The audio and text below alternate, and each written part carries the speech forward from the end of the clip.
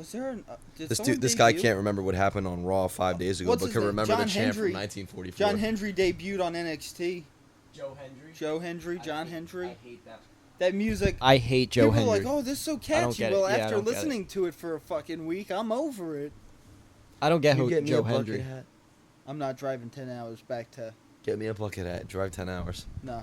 Right. What's going on, ladies and gentlemen, and welcome back to the Hardcore and the Casual podcast. I'm your host, Justin, and today I am joined by Jake and Tyler once again. This is a pre-recorded episode, but at the end of this episode, I will probably add in our SummerSlam predictions because SummerSlam is going to be like the week that I come back, so that'll be when we're supposed to be doing predictions. Is this episode that will go out while I'm on vacation? You'll be back, what, Friday and then Saturday? Yeah, and then we can do like a live reaction of SummerSlam here in the apartment and do the same thing we usually do. But we're probably not going to be able to record a prediction episode, so I'll just add that into the end of this episode. We'll just all put in our predictions, and I'll probably just record it while I'm down there, just a simple little video saying what our predictions are. When is the date? When is SummerSlam? It's August 3rd, the day after we get back. No way. Yeah, so why? Do you have something going on that day? No, that's what I assumed. All right. Yeah, he does. He's got a podcast. Yeah, you got a podcast to film. So we'll be doing that August 3rd, but we won't have time to do the predictions, so we'll just add it into the end of this episode, which is being pre-recorded. Now that I got that all out of the way, this is just going to be a simple little episode. You could skip forward to the predictions if that's all you really care about.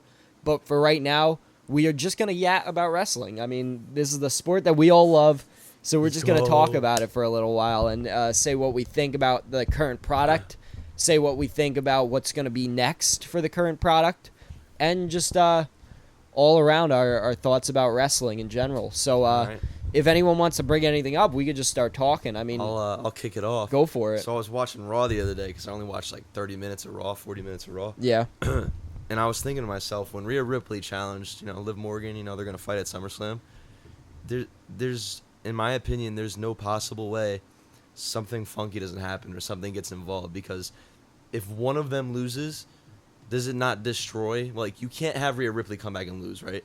But you can't have Liv Morgan lose. What do you do with Liv Morgan? That's what I was thinking. So who wins that match? Like, how does that There's happen? got to be some there's kind no of win-win scenario. There's got to be some kind of interference. There's got to be something. What I'm thinking is going to be happening is Liv Morgan might steal most of the Judgment Day from Rhea Ripley.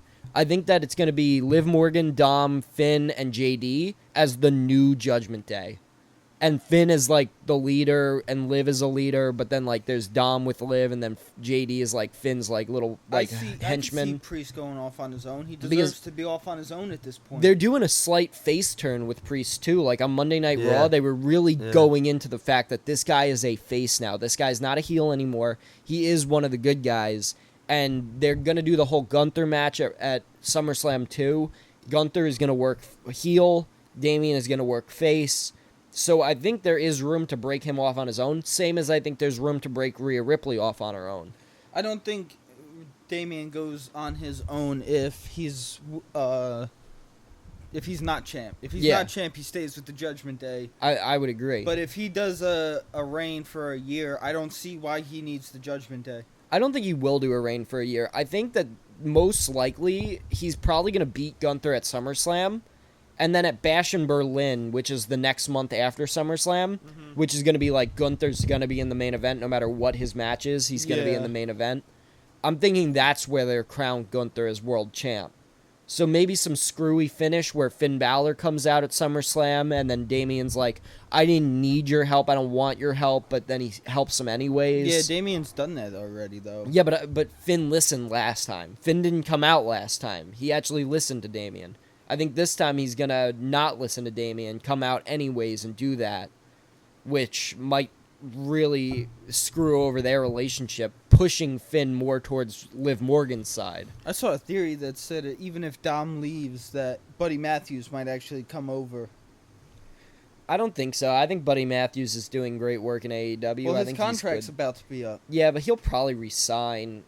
I mean, I don't think he's going to want to come back to the WWE because all that they're going to do if he comes back is just mid-card filler like he always was. Another J.D. McDonough, in my opinion. That's honestly what I think. I don't think they'll put him with Rhea Ripley. I don't think that makes much sense to do that. I think R-Truth is still better for the Judgment Day as a Judgment Day member than J.D. McDonough as the funny guy.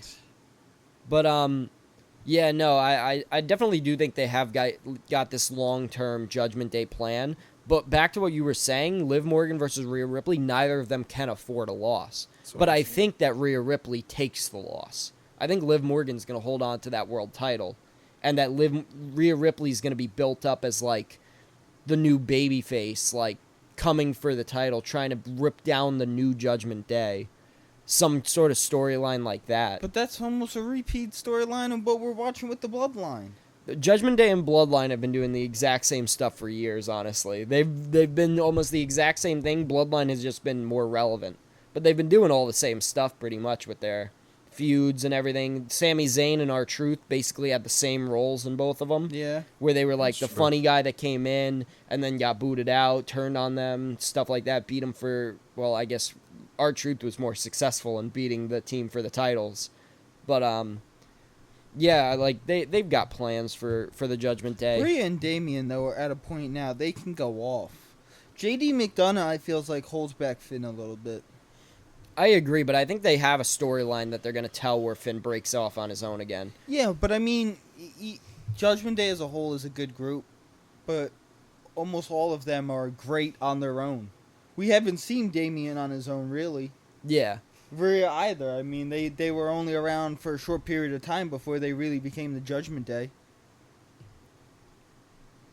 Well, yeah, Rhea and Damian were around since, like, 2019 and 2020, so, yeah, not a long time, but Finn isn't even, like, the leader of the Judgment Day, and he's deserved so much more than just being, filler for the Judgment Day. He's already been around. Like, he shouldn't be a filler.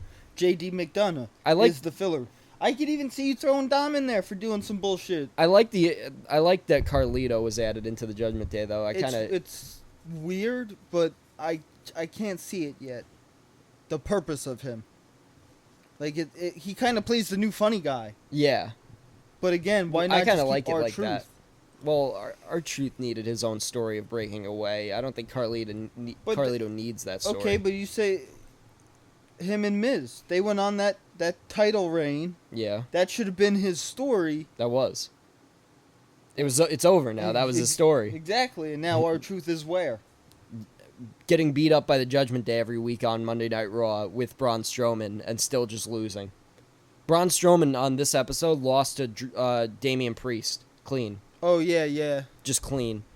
Also, another thing that happened was Chad Gable and Bo Dallas had a segment in the ring. Chad Gable and the new Alpha Academy, which are the Creed brothers. Yeah. The Creed brothers came out and helped Chad Gable attack Bo Dallas. So, but then the Wyatt Six came out and scared them all away. But I think they've got plans for Wyatt Six versus Chad Gable's new group coming up very soon.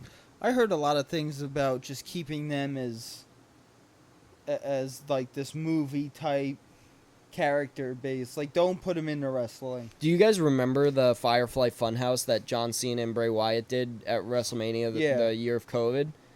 That's how all Wyatt Six matches should be. All of them. They should all be just cinematic matches. I don't think you should ever actually put them out there with full lighting and just have them wrestle. No, because they can't wrestle in the costume that they are. Yeah. They'd have to be fucking Eric Rowan. They'd have to be them. But I also don't think that group isn't exactly the best in-ring performers. No, they're all top. They could be a top mid-carder maybe at their best. But they're good storytellers. All of them are good storytellers, but none of them are like top-tier performers in the ring. Like five-star matches. Loomis. Yeah. Dexter Loomis is a random guy outside the Wyatt Six to just, you're going to have this storyline now. Yeah. Same with most of them. I mean, the only one that really made sense was Eric Rowan. And the other guy coming up from NXT. Yeah, I don't even remember what his name is. I forget his name. Yeah, I don't even remember. You know his name? Of course you don't know. He's the short guy. He's like... He's got Joe Gracie, I think his name is. Yeah, something Gracie. I was going to say that. Joe Gracie. I was going to say Joe Gracie. But, yeah, right. Sure you were. But like, how are you just gonna have a storyline with them? Nikki Cross has been there, is the most relevant wrestler out of the whole group. Yeah, I would say so. She's the only one that's on every week, basically. Doing the whole package thing, handing it to Pat McAfee. Did she still does that? Yeah, she still does that. She's been doing that like every week, just coming out and just fucking going up to Pat McAfee like, ooh, scary. And then it just cuts to black and goes to commercial every week. But also I wanted to mention something funny that Braun Breaker did after the Ilya Dragunov and Sami Zayn match. Oh, who won that match? Well, Ilya Dragunov technically won by disqualification, but that Sami Zayn is still IC champ because Braun Breaker came out and speared Ilya Dragunov, and then Sami Zayn was on the outside of the ring, and Braun Breaker is like getting pushed out by Adam Pearce and all the security guards and everything. Like he was getting like walked up the ramp, and then Braun Breaker goes, Adam Pearce is standing right next to him, and Braun Breaker goes, "Hey, look at that." He just goes, "Hey, look at that." And then Adam Pearce looks over. Braun Breaker turns around, runs around the ring, and just spears Sami Zayn at full speed. And I thought that was hilarious that he just went, "Hey, look over there," and then just turned around and just started bolting it. Hey, Buzz, look. Hey, Buzz, look an alien. And then he just turned and run. I like Braun Breaker. I think that he's been doing pretty good work on the main roster now. I feel like they're trying to push him, though, already. Well, yeah, I mean... He's a guy that could hold a title, but, like... I think they should push him right away. I think he's one of the guys that you could push and get away with it. You can't just push like an Ilya Dragunov and have him win the title on his third week. I'd say it's too soon for him to even go for Cody Rhodes. No. Cody Rhodes, no. He should win a Intercontinental title first, then move on to the world titles. But other things in wrestling, MJF is your new international champion. He beat Will Ospreay, which I don't like Will Ospreay. I don't. He beat him for that title. He beat him for the international title. MJF is your current champ. They went 58 minutes and 58 seconds in their match. They went almost an hour. It was going to be a draw because AEW has time limit draws after an hour for title matches. It went down to the last 2 seconds and MJF won because he cheated. But it's okay. I'm fine with him cheating. Imagine half of a SmackDown dedicated to one match. Yeah. I mean, that's what it was. I mean, AEW is 2 hours, so it was half of their show was dedicated to just that one match. That's crazy. And MJF ended up winning, and apparently it was an awesome match, and it was on free TV, not even on a pay-per-view. So, but yeah, I don't get the hype behind Will Ospreay. I think he's just another flippy-floppy guy who has no character, and for some reason AEW pushed him to be like this like guy that's going to save the company. He's not going to save the company. Like he's not. I don't even think his ratings were better than the average viewing for AEW before he got there. So he's not this savior that everyone thinks he is. He's just a good wrestler that no-sells. And I hate the no-selling stuff. Like, it's fun when Jacob Fatu does it, like, once. But then, like, Will Ospreay is no-selling finishers over and over and over again. And then people want to compare him to Jacob Fatu, who just, like, no-sells Orton's DDT and gets right back up. It's like he did that one time, and now all of a sudden, like, oh, WWE's the problem, too. Like, they do it, too. No, Will Ospreay is so much worse at it. He just fucking kicks out of every single move. There's never a finisher with his matches. And I don't get it, and I don't like him. Do either of you like Will Ospreay? I don't watch AEW enough. I think we should start watching AEW again now that MJF is champ again. I'm in. We can start doing AEW reviews, start watching their pay-per-views, too. I'm in. We could do... Basically, we could have a review, like, one of those reaction videos, like, every other week, basically. If we do the AEW ones. I'd be in. The last one didn't do so well when I did it with Matt, but that was early on. We could try it again. Yeah. We've always had our best luck, though, with live reactions. Did you see did you see how much weight Sheamus lost? Did you see that? Yeah, I did. He fucking, like, in the last, like, 3 weeks... Well, he said that 20 pounds. He said he was on a regimen to return at a certain time, but they brought him back early, which is why he wasn't in shape. Yeah. So I think that he's big as shit. I think that he's sticking to his original regimen for like trying to get down to a certain weight by a certain point, but they just brought him back early. Yeah, he's pretty much back now. Yeah. He's probably maybe like 10 more pounds or something. But you still got to stay thick. Yeah, I mean, Sheamus is a really thick boy. Yeah. I remember seeing pictures of him from like 2012, and he's just like jacked out of his mind. He was fat. I miss the He came orange back. fucking mohawk and the orange braids. I hated that in the moment, but I looked back on it and it looks tough now. But Yeah. in the moment, I didn't like It it. looked And the other stupid thing at was the the time. bar. I liked when he was the bar with Cesaro. I just like the OG Sheamus. I wish Cesaro would come back. Yo, they Yeah. also It was hard. Swiss Superman. changed Sheamus's theme song.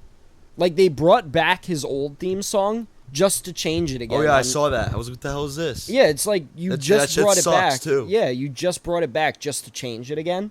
Like that, it was a go-to. It's a shameful thing. Lost her head. A careless man who could wind up dead. Like that's iconic. That's It is iconically iconic. Sheamus.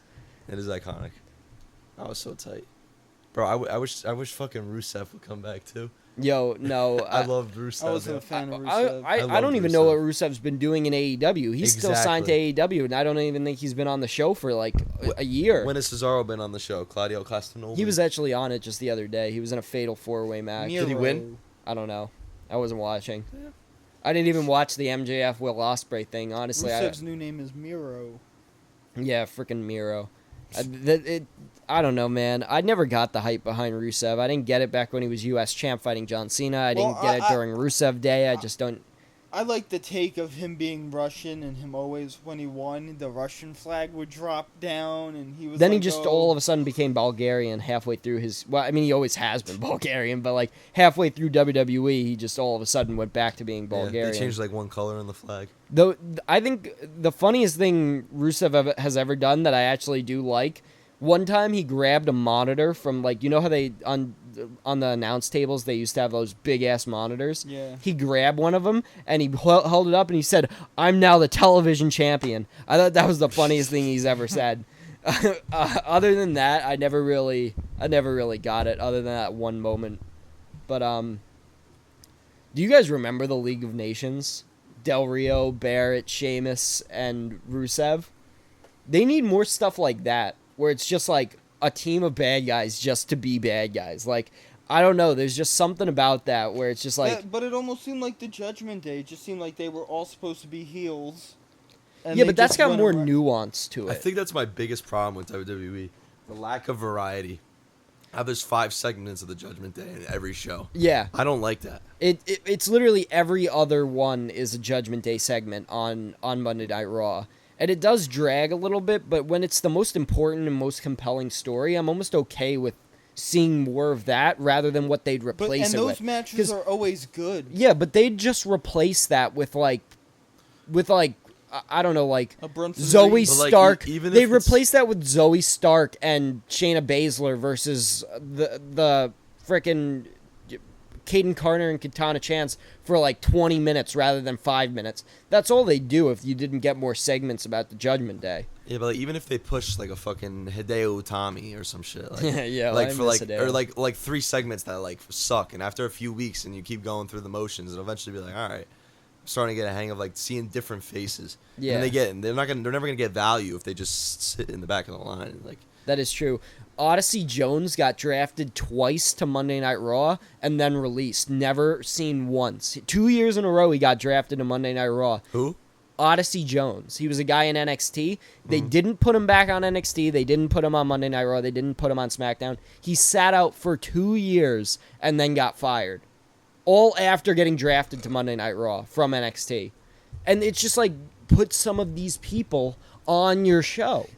Yeah, exactly. Like I miss seeing the handicap matches against Braun Strowman, where it'd be like 3 random guys versus Braun Strowman, and he'd beat them all up, stack all 3 of them on top of each other, and pin all 3 of them at the same time. That's where the James Ellsworth thing came from. Yeah. Because that was during that squash match period, which was awesome. And I think they were doing that for a little while with Braun Breaker for the first couple of weeks during the King of the Ring tournament. And that led into his whole storyline of like, you didn't put me in the King of the Ring tournament, so now I'm going to break everyone that you put in front of me. And he just squashed a bunch of nobodies for a while. But Braun Strowman's lasted a lot longer. That went for like 6 months of Yeah. just beating They're jobbers. just a bunch of fucking randoms. But Jake, I also wanted to talk to you on the podcast about this. You don't like long-term storytelling. You're not a No. fan. No, not. I don't not like long-term storytelling. It's just it depends. What does it Depends. depend on?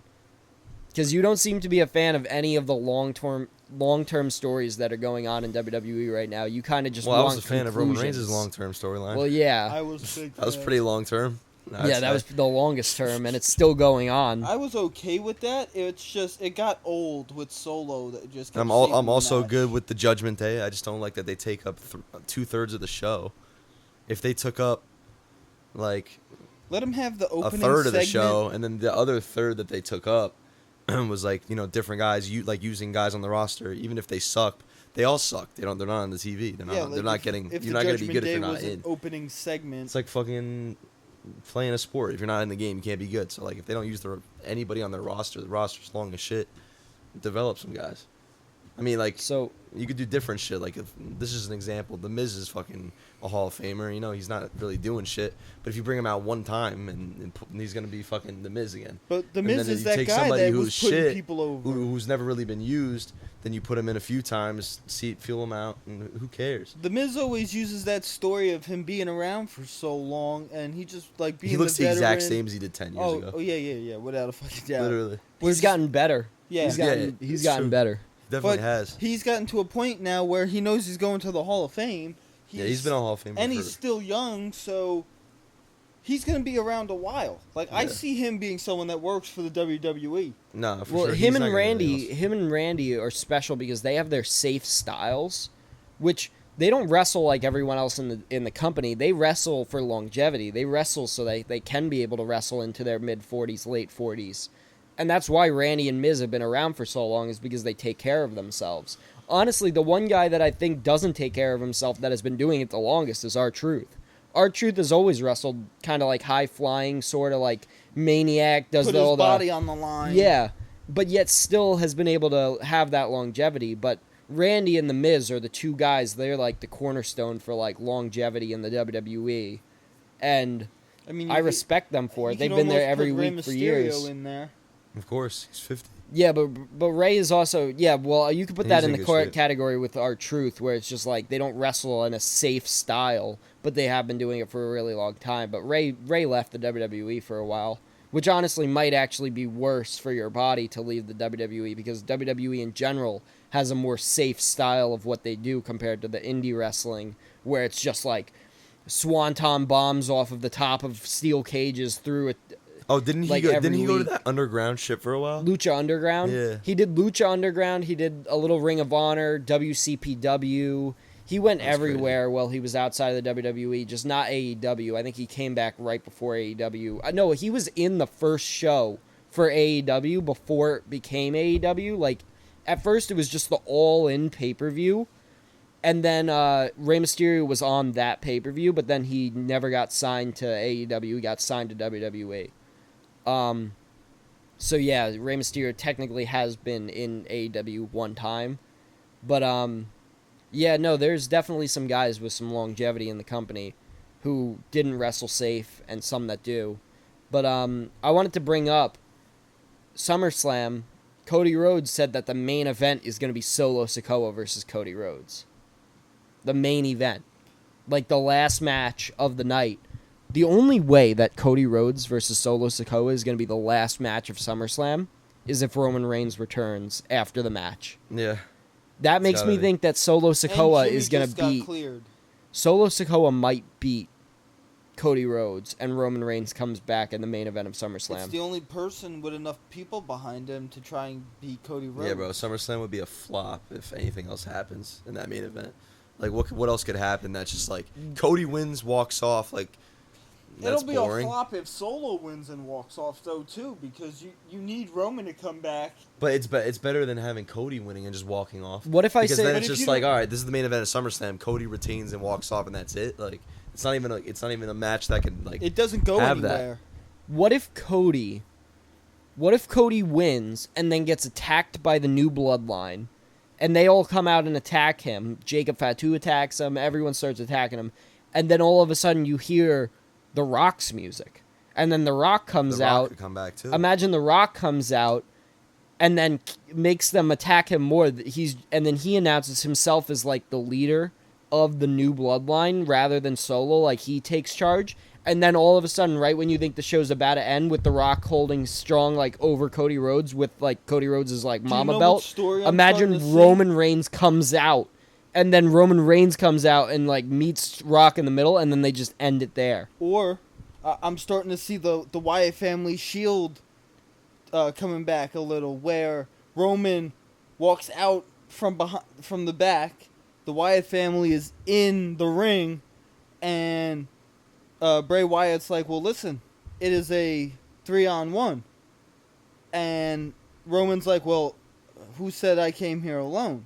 And that's when Seth came out and Dean came out. I'm kind of getting something like that. Roman comes back, then he calls up Jimmy and Jay. I think they need to set up more of that storyline of why would Jimmy and Jay rejoin Roman? Jay's or at least too poppin', why would Jay rejoin Roman? I'd be okay with seeing it, but you need to tell a story to get to that point. You need Roman to show up on Raw, talk to Jay, do some weeks of setting that up rather than, okay, well, I need your help. Okay, well, I mean, we're cool now. Like, it's been a year. Like we need some setup to that. So I think on the first night for SummerSlam, it should just be Roman comes out. Yeah. And, like, you don't need The Rock there, but I feel like it would add a lot to have The Rock there. If that were the case, Tyler, it'd probably be The Rock and Jimmy pull up, because main event Jey Uso's got his own thing going on, bro. But I do think you need to add him back in at some point. Yes, Yeah, but not To right now, finish though. to finish the Bloodline story, every member of the Bloodline needs to be a part of that story. I also don't feel like The Rock is going to be on Roman's side, even if they do a Civil War. No, yeah, I think, well, it's all leading to WrestleMania 41, Rock versus Roman. That's where our end destination is. How do we get to that point? I can see Sami losing the title within a month. Sami Zayn? Yeah. I don't think Sami Zayn's going to be reintroduced back into the Bloodline story. But, okay, I understand you got the other family members in the indies or the lower down that could get called up. Yes. But if you don't call them up and you have the new Bloodline versus Roman and Jimmy, you got to bring the honorary Uso back, no? Nah, you do Roman, Jimmy, and then you get Jay back somehow eventually. It's still a 4-on-3 is what I'm saying. Well, Tongaloa doesn't really fight that often. Usually it's just Tama Tonga.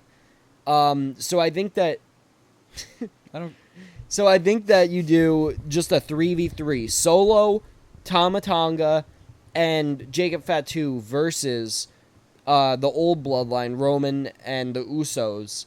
And you do that maybe at Survivor Series, and then you set up The Rock comes back, and then he's just like, fine, I'll do it myself, like Thanos style. Yeah, but I feel like then he would turn on Roman. Well, no, Rock is... that's all that's setting up right now, is Rock and Roman are fighting at next year's WrestleMania. Yeah. That's what it's all leading to. Rock versus Roman is the final endgame, but you need to do some stuff in between. You need to settle the Solo versus Roman stuff, too. Because Solo Sikoa has been kind of slandering the Tribal Chief so far. Calling himself Tribal Chief, saying it doesn't matter what Roman wants, saying I run the show. Roman and Solo need to finish their story, and then do Rock versus Roman. I could definitely see, though, Roman coming out,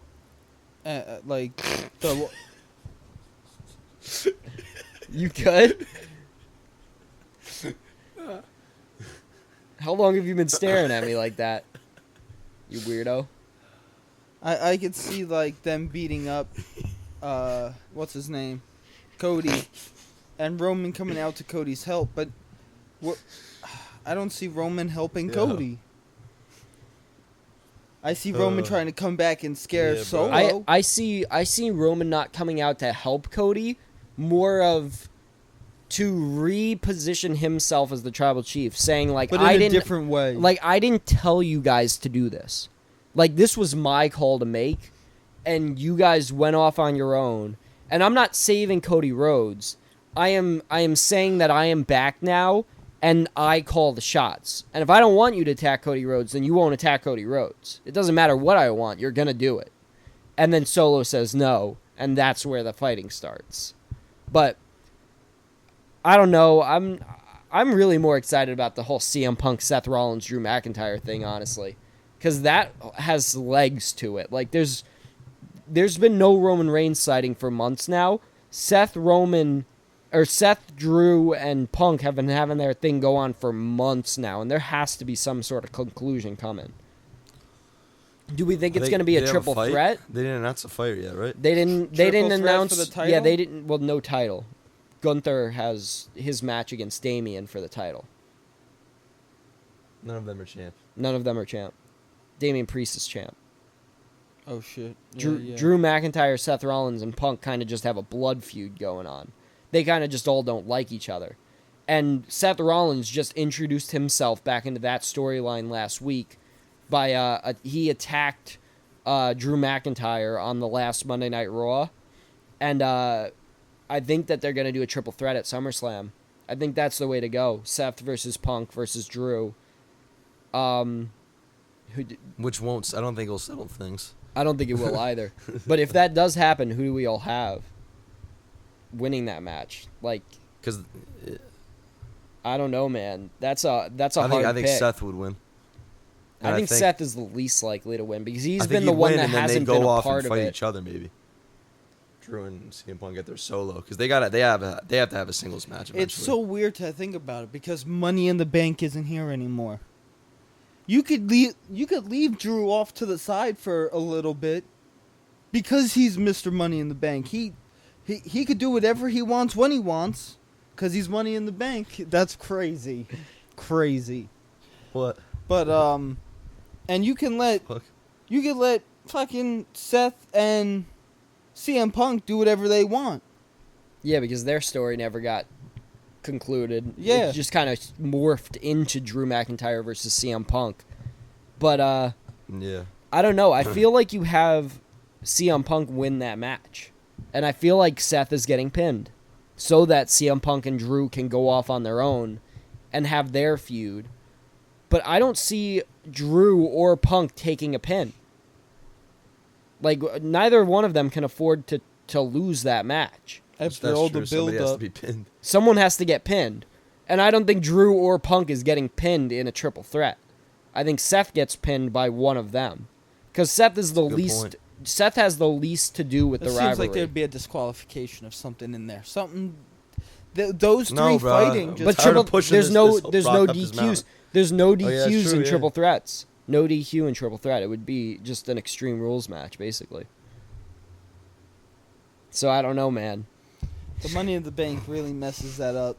Yeah, I'm still salty about the whole Money in the Bank thing. But do we have anything else that we would like to talk about? We are at 30 minutes now of this podcast, which means we have been filming for like an hour and a half now. So, anything else? Going once? Going twice?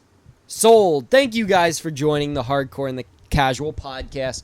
Please like, share, and subscribe. We are going to be out on vacation, so I'm probably going to add in a little part of our predictions for SummerSlam right now. All right, we're back. We're doing the predictions now for SummerSlam. I am on vacation in beautiful Atlantic City right now. We got Jake here, and we're just going to run down the predictions real quick. So Jake and I both have LA Knight to beat Logan Paul. Tyler has Logan Paul for some reason.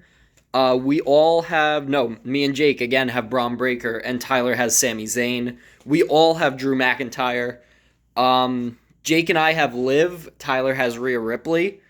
Tyler and Jake both have Nia Jax. I have Bayley. Jake and I both have Cody Rhodes. Tyler has Solo Sikoa. And then Tyler and I both have Damian Priest, and Jake has Gunther. So Tyler just went completely off from what we were doing. But, yeah, those are our predictions. You got anything to say, Jake? What the fuck? All right, and we're back.